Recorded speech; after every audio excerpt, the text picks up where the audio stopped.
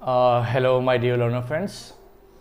Today we are going to discuss a very interesting poem for the students of class 11, and the title of the poem is The Voice of the Rain by Walt Whitman. The Voice of the Rain. I will explain in English and Hindi. So it's my request to all, please listen carefully.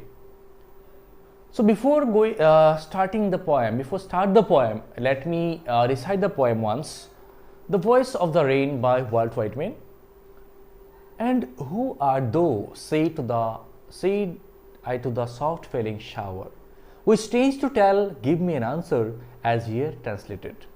I am the poem of the earth, said the voice of the rain. Eternal, I rise impalpable out of the land and the bottomless sea, upward to heaven, hence vaguely formed, altogether changed, and yet the same. I descend to lave the doubts, atoms, dust layers of the globe, and all that in them without me, where sits only latent unborn. And forever by day night I give back life to my own origin, and make pure and beautify it. For song issuing from its birthplace of the fulfilled man, wandering, reckon or unreckon, duly with love returns. So friend, this is the poem. So I am giving you the practical example, practical situation.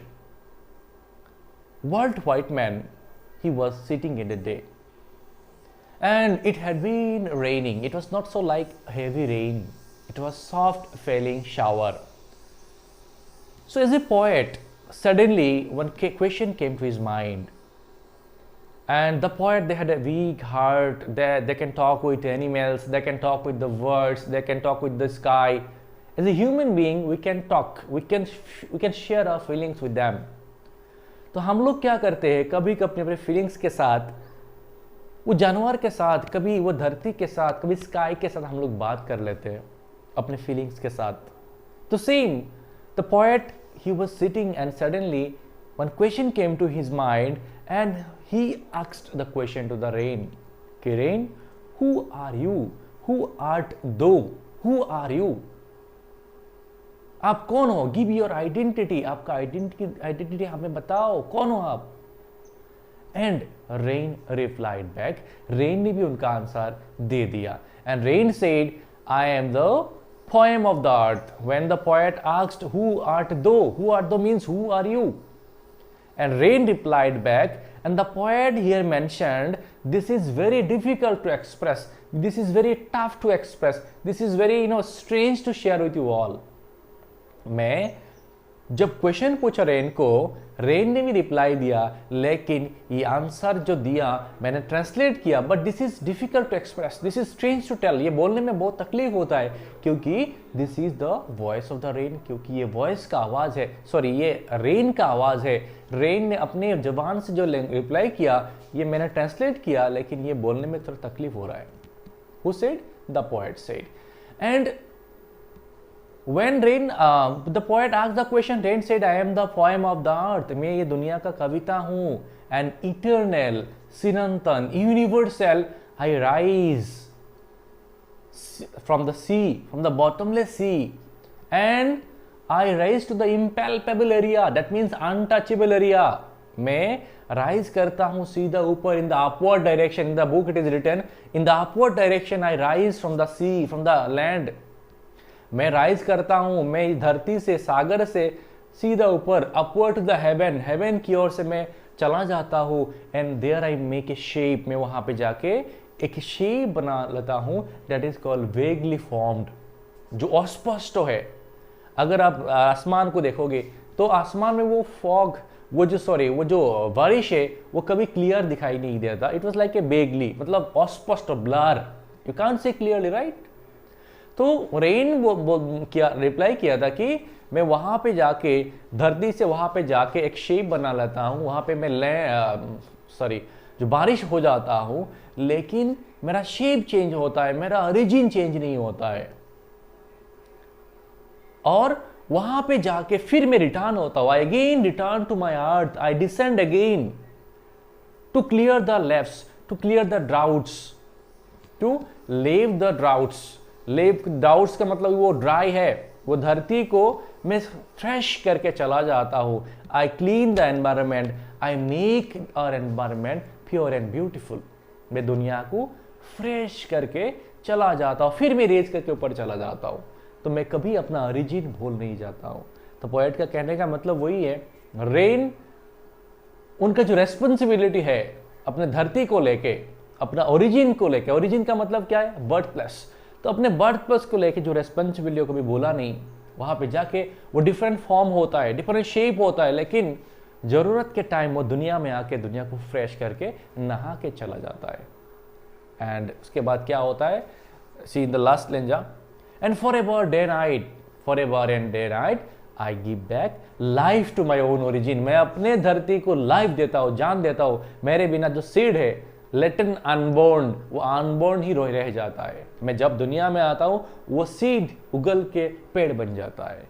Okay, and the last two lines is within the brackets. You can't say, maybe one question is coming to your mind, why these two lines are inside the bracket. So this is the reason, because this is not the voice of the poet, not the voice of the rain. Okay, ये जो voice है, जो line है, वो किसी poet का भी नहीं है और rain का भी नहीं है, लेकिन ये पूरा जो poem है वो poet और rain के बीच conversation है. लेकिन दोनों line किसी का conversation नहीं है, क्योंकि वैसे ही जब दुनिया में बारिश होता है तो क्या होता है, ये दुनिया अपने खुशी से, खुशी का इजहार करने के लिए गाना गाना स्टार्ट कर देती है. तो friends, this is the poem by Walt Whitman. Thank you. Now I am going to discuss few important question and answers. Question number 1, there are two voices in the poem, who do they belong to, which line indicate this. तो इस poem में हमें दो voice मिलता है, तो ये कौन कौन सा है और कौन सा लाइन ये इंडिकेट करता है, वही है क्वेश्चन. तो the answer is one of them belongs to the poet and the other to the rain. We know, ये आंसर हमें मालूम है कि पहला है वॉइस ऑफ द पोएट, ये पोएट का वॉइस है, दूसरा है रेन का. ये दोनों लाइन कहाँ पे इंडिकेट करता है, वॉइस ऑफ द जो पोएट है जो पहले दो लाइन में, एक और दो लाइन में, और बाकी तीन से लेकर 9 तक सभी रेन का वॉइस है. This is question number 1 in answer. Thank you. Question number 2, what does the phrase strange to tell mean. Strange to tell मतलब क्या है, मैंने डिस्कशन में बोला. The phrase refers to strange phenomenon. The rain gives an answer to the poet query, it is surprising to report the answer. तो मैंने क्या कहा था कि जब पोएट ने क्वेश्चन पूछा था कि give your identity, who are you, तो रेन अपनी जबान से ये आंसर दिया था. And that is why this is something surprising और वेरी डिफिकल्ट टू एक्सप्रेस. वही था second question answer. The next question is, it's a long question and this question is very very important. How is the cyclic movement of the rain brought out in the poem? Okay, cyclic movement, कैसे rain दुनिया में आता है, कैसे rain ऊपर जाके cloud बनता है, ये सब है, कैसे मतलब बनता है. तो ये है question. Rain water rises untouched out of the land and deep sea and gathers in the sky, where it changes form and then comes down to the earth to bath and dry thin particles of the dust layer and all that lies buried under it. Then it returns to the place of its origin. Science textbooks indicate that water vapors from the rivers and ocean rise up to the sky due to the intense heat. They assume the form of clouds and after condensation drop down as rain. The water flows back through rivers to the seas and oceans.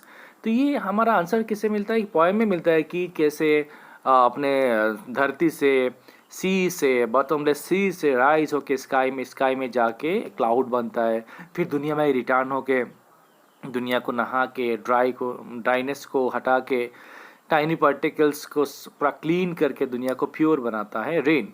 और science में भी ऐसे ही है, text book में हमें मिलता है कि रिवर और ओशन से राइज होके इवापोरेशन से, हीट की वजह से, टेम्परेचर की वजह से इवापोरेशन होके आसमान में जो रेन है ऊपर उठ के फिर वहाँ पे क्लाउड बनता है, फिर दुनिया में फिर आके ओशन और रिवर सी से बह के चला जाता है. तो ये answer question number 3. Thank you. Question number 4, why are the last two lines put within the bracket. ये भी मैंने डिस्कस किया था कि दोनों जो लाइन है ये पोएट का भी नहीं है और ये रेन का भी नहीं है, इसीलिए ये ब्रैकेट में दिया गया। तो आप इस वीडियो को स्टॉप करके ये आंसर लिख सकते हो।